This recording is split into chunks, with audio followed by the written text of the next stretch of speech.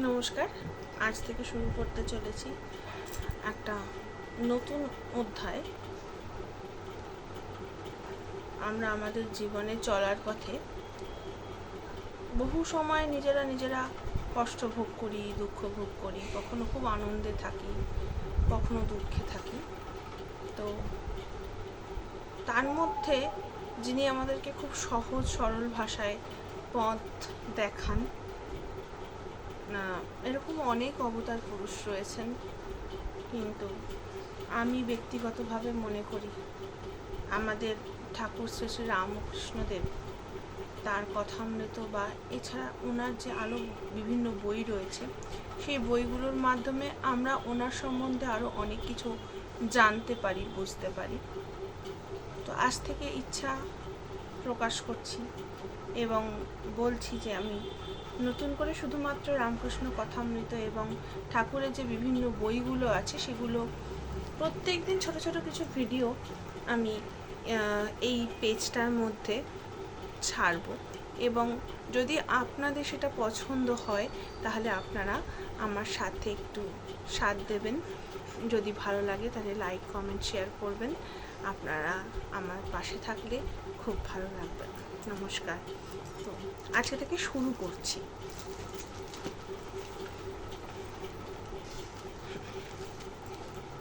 শ্রী শ্রী রামকৃষ্ণ কথামৃত। তব কথামৃতম তপ্ত জীবনং কবিভিরীরিতং কলমশাপহম শ্রবণ মঙ্গলম শ্রীমদাততং ভুবি গৃণন্তি ये ভুরিদা জনাঃ। জয়তু শ্রীরামকৃষ্ণ।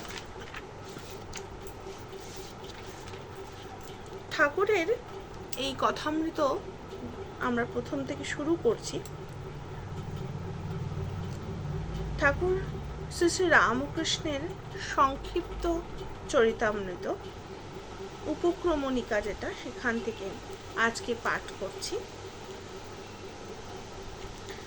ঠাকুর শ্রী রামকৃষ্ণ হুগলি জেলার অন্তঃপাতি কামারপুকুর গ্রামে এক সৎ ব্রাহ্মণের ঘরে ফাল্গুনের শুক্লা দ্বিতীয়া তিথিতে জন্মগ্রহণ করেন। কামারপুকুর গ্রাম জাহানাবাদ, অধুনা আরামবাগ হইতে 4 ক্রোশ পশ্চিমে আর বর্ধমান হইতে 12 থেকে 13 ক্রোশ দক্ষিণে। ঠাকুর শ্রী রামকৃষ্ণের জন্মদিন সম্বন্ধে অনেক মতভেদ আছে। অম্বিকা আচার্যের কোষ্ঠী, এই কোষ্ঠী ঠাকুরের অসুখের সময় প্রস্তুত করা হয়।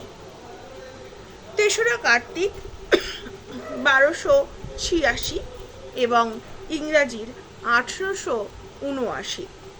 উহাতে জন্মদিন লেখা আছে 1757 শকাব্দ 10ই ফাল্গুন বুধবার শুক্লা দ্বিতীয়া, পূর্ব ভাদ্রপদ নক্ষত্র। তাহার গণনা 1956 10 9 69 12। এটা গেল একজন আচার্যের, মানে একজন পুষ্টি করেছিলেন। এরপর আর একজনের রয়েছে, সেটা একটু পড়ে দেখি আমরা কি বলা রয়েছে এখানে।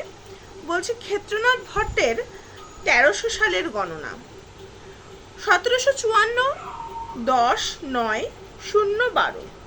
এই মতে 1754 শকাব্দ 10ই ফাল্গুন বুধবার শুক্লা দ্বিতীয়া, পূর্ব ভাদ্রপদ সব মিলে। 1239 সাল 20 ফেব্রুয়ারি 1833। লগ্নে রবি চন্দ্র এবং বুধের যোগ। কুম্ভ রাশি, বৃহস্পতি শুক্রের যোগ হেতু সম্প্রদায়ের প্রভু হইবেন। নারায়ণ জ্যোতির্ভূষণের নতুন কুষ্ঠী, অর্থাৎ এটা হয়েছিল মঠে প্রস্তুত। এই গণনা অনুসারে 1242 সালে 6ই ফাল্গুন বুধবার, 1836 17ই ফেব্রুয়ারি ভোর রাত্রি 4টে ফাল্গুন শুক্লা দ্বিতীয়া, ত্রিগ্রহ যোগ, নক্ষত্র সব মিলে। কেবল অম্বিকা আচার্যের লিখিত 10ই ফাল্গুন হয় না। ঠাকুর মানব শরীরে 51 থেকে 52 বছর কাল ছিলেন। ঠাকুরের পিতা অনেকেই জানেন কে ছিলেন, তবু আবার পরিচিতি দিচ্ছি। ঠাকুরের পিতা স্বর্গীয় শ্রী ক্ষুদিরাম চট্টোপাধ্যায় অতি নিষ্ঠাবান ও পরম ভক্ত ছিলেন। মা স্বর্গীয়া চন্দ্রমণি দেবী সরলতা ও দয়ার প্রতিমূর্তি ছিলেন। পূর্বে তাহাদের দেড়ে নামক গ্রামে বাস ছিল। কামারপুকুর হইতে 1.5 ক্রোশ দূরে। সেই গ্রামস্থ জমিদারদের হইয়া মোকদ্দমায় ক্ষুদিরাম সাক্ষ্য দেন নাই। পরে স্বজন লইয়া কামারপুকুরে আসিয়া বাস করেন। পরবর্তীকালে আমরা দেখতে পাবো, নিশ্চয়ই লেখাই আছে এখানে, সেটা হচ্ছে গিয়ে ঠাকুরের বাবাকে অর্থাৎ শ্রীযুক্ত ক্ষুদিরাম চট্টোপাধ্যায়কে একটা ভুল সাক্ষ্য দিতে বলা হয়েছিল এবং তিনি সেটা দেননি বলে তাকে সেই গ্রাম থেকে বিতাড়িত করা হয়েছিল। তখন তিনি এই কামারপুকুর গ্রামে এসে উঠেছিলেন। ঠাকুর শ্রী রামকৃষ্ণের ছেলেবেলার নাম ছিল গদাধর। পাঠশালে সামান্য লেখাপড়া শিখিবার পর বাড়িতে থাকিয়া ঠাকুর রঘুবীরের বিগ্রহ সেবা করিতেন। নিজে ফুল তুলিয়া আনিয়া নিত্য পুজো করিতেন। পাঠশালে শুভঙ্করী ধাঁধা লাগত। নিজে গান গাইতে পারিতেন অতিশয় সুকণ্ঠ। যাত্রা শুনিয়া প্রায় অধিকাংশ গান গাহিয়া দিতে পারিতেন। বাল্যকালাবধি সদানন্দ, পাড়ায় আবাল বৃদ্ধ বনিতা সকলেই তাহাকে ভালোবাসিতেন। ওই যে ঠাকুরের কথায় আবার বলতে হয় যে যাকে সকলে মানে গনে তার মধ্যে জানতে হবে যে ঈশ্বরের প্রকাশ রয়েছে। বাড়ির পাশে লাহাদের বাড়ি, সেখানে অতিথিশালা, সর্বদা সাধুদের যাতায়াত ছিল। গদাধর সেখানে সাধুদের সঙ্গ ও তাহাদের সেবা করিতেন। কথকেরা যখন পুরাণ পাঠ করিতেন তখন নিবিষ্ট মনে সমস্ত শুনিতেন। কথকেরা যখন বিভিন্ন রকম পাঠ করতেন, ওখানে এসে বিভিন্ন পুরাণ বেদ সব পাঠ হতো, সেগুলো ঠাকুর মন দিয়ে শুনতেন। এইরকম শুনতে শুনতে তার কি হয়ে গেল না, তিনি এইরূপে রামায়ণ, মহাভারত, শ্রীমদ্ ভাগবত কথা সমস্ত হৃদয়ঙ্গম করিলেন। অর্থাৎ শুনে শুনে ওনার সবটা মুখস্থ হয়ে গেল। একদিন মাঠ দিয়া বাড়ির নিকটবর্তী গ্রাম আনুরে যাইতেছিলেন। তখন ঠাকুরের 11 বৎসর বয়স। ঠাকুর নিজ মুখে বলিয়াছেন। কি বলিয়াছেন? তিনি হঠাৎ দেখলেন এক অদ্ভুত জ্যোতি দর্শন করিয়া বাহ্য জ্ঞান শূন্য হন। অর্থাৎ হঠাৎ করে একটা বিশাল জ্যোতি দেখে উনি অজ্ঞান হয়ে গিয়েছিলেন। লোকেরা কি বলল?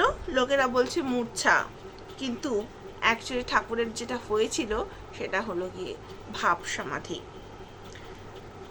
পিতা ক্ষুদিরামের মৃত্যুর পর ঠাকুর জ্যেষ্ঠ ভ্রাতার সঙ্গে কলিকাতায় আসিলেন। তখন তাহার বয়স 17-18 হইবে। কলিকাতায় কিছুদিন নাথের বাগানে, কিছুদিন ঝামাপুকুরে গোবিন্দ চাটুর্যের বাড়িতে থাকিয়া পূজা করিয়া বেড়াইতেন। এই সূত্রে ঝামাপুকুরের মৃত্যুদের বাড়িতে কিছুদিন পূজা করিয়াছিলেন। রানী রাসমণি কলকাতা হইতে 2.5 ক্রোশ দূরে দক্ষিণেশ্বর কালীবাড়ি স্থাপন করিলেন। 1262 সালে 18ই জ্যৈষ্ঠ বৃহস্পতিবার স্নান যাত্রার দিন ঠাকুর শ্রী রামকৃষ্ণের জ্যেষ্ঠ ভ্রাতা পণ্ডিত রামকুমার কালীবাড়িতে প্রথম পূজারী নিযুক্ত হইলেন। অর্থাৎ ঠাকুরের দাদা, আমাদের যে দক্ষিণেশ্বর কালীবাড়ি, যেটা ঠাকুরের তীর্থক্ষেত্র মানে লীলাক্ষেত্র, সেখানে প্রথম নিযুক্ত হয়েছিলেন পূজারী হিসেবে। ঠাকুরও মাঝে মাঝে কলকাতা হইতে আসিতেন এবং কিছুদিন পরে নিজে পূজা কার্যে নিযুক্ত হইলেন। ঠাকুর যখন ওনার দাদা এখানে কাজ করতেন তখনও ঠাকুর মাঝে মধ্যে আসতেন এবং পরে একদম পাকাপাকিভাবে নিযুক্ত হয়েছিলেন পূজা কার্যে। তখন তার বয়স 21-22 হইবে। মধ্যম ভ্রাতা রামেশ্বরও মাঝে মাঝে কালীবাড়ির পূজা করিতেন। তাহার 2 পুত্র শ্রীযুক্ত রামলাল ও শ্রীযুক্ত শিবরাম ও এক কন্যা শ্রীমতী লক্ষ্মী দেবী। কয়েকদিন পূজা করিতে করিতে শ্রী রামকৃষ্ণের মনের অবস্থা আর এক রকম হইল। সর্বদাই বিমনা ও ঠাকুর প্রতিমার কাছে বসিয়া থাকিতেন। আত্মীয়রা এই সময় তাহার বিবাহ দিলেন। ভাবিলেন বিবাহ হইলে হয়তো অবস্থান্তর হইতে পারে। কামারপুকুর হইতে 2 ক্রোশ দূরে জয়রামবাটি গ্রামস্থ স্বর্গীয় রামচন্দ্র মুখোপাধ্যায়ের কন্যা শ্রী শ্রী শারদামণি দেবীর সঙ্গে বিবাহ হইল 1859 খ্রিস্টাব্দ। ঠাকুরের বয়স 22 কি 23 এবং শ্রী শ্রী মার বয়স তখন 6 বছর।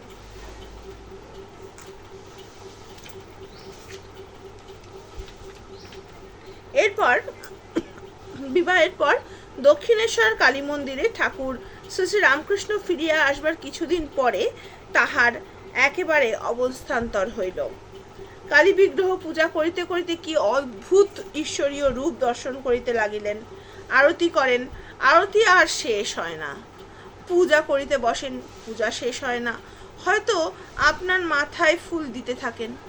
পূজা করতে করতে তিনি এতই বিভোর হয়ে গিয়েছিলেন যে পুজো করছেন তো করছেন, আরতি করছেন তো করছেন এবং নিজের মাথাতেই ফুল দিয়ে নিজেকেই পুজো করছেন, অর্থাৎ আত্মপুজো। পূজা আর করিতে পারিলেন না। উন্মাদের ন্যায় বিচরণ করিতে লাগিলেন। রানী রাসমণির জামাতা মথুর তাহাকে মহাপুরুষ বোধে সেবা করিতে লাগিলেন ও অন্য ব্রাহ্মণ দ্বারা মা কালীর পূজার বন্দোবস্ত করিয়া দিলেন। ঠাকুরের ভাগ্নেই শ্রীযুক্ত হৃদয়রাম মুখোপাধ্যায়ের উপর মথুরবাবু এই পূজার ও ঠাকুর শ্রী রামকৃষ্ণের সেবার ভার দিলেন। এবং যখন দেখলেন যে উনি একেবারে এরকম হয়ে যাচ্ছেন, তখন শ্রীযুক্ত মথুরামোহন, যাকে সবাই মথুরবাবু বলতেন বা ঠাকুর মথুরবাবু বলতেন, যিনি কিনা রানী রাসমণির জামাই ছিলেন, তিনি সমস্ত কিছুর ভার দিয়েছিলেন হৃদয়রাম মুখুজ্জের হাতে। অর্থাৎ এই হৃদয়রাম মুখুজ্জেকে ঠাকুর হৃদে বলে ডাকতেন। এরপর কি বলছে দেখি, বলছে ঠাকুরের আর পূজা করা হইল না, ঠাকুর আর পূজা করিলেন না, সংসারও করিলেন না। বিবাহ নামমাত্র হইল। নিশিদিন মা কখনো জড়বৎ কাষ্ঠপুত্তলিকার ন্যায়, কখনো উন্মাদবৎ বিচরণ করেন, কখনো বালকের ন্যায়, কখনো কামিনী কাঞ্চনাসক্ত বিষয়ীদের দেখিয়া লুকাইতেন। ঈশ্বরীয় লোক ও ঈশ্বরীয় কথা বই আর কিছুই ভালোবাসেন না, সর্বদাই মা। অর্থাৎ যারা কিনা ঈশ্বরকে ভালোবাসেন তাদের কাছে তারা ঈশ্বরীয় কথা ছাড়া অন্য কোনো কথা তাদের খুব একটা ভালো লাগে না। আচ্ছা, আজকের মতো এটুকুই থাকলো। পরবর্তী ভিডিওটা আবার পরের দিন পাঠাচ্ছি। ধন্যবাদ, নমস্কার।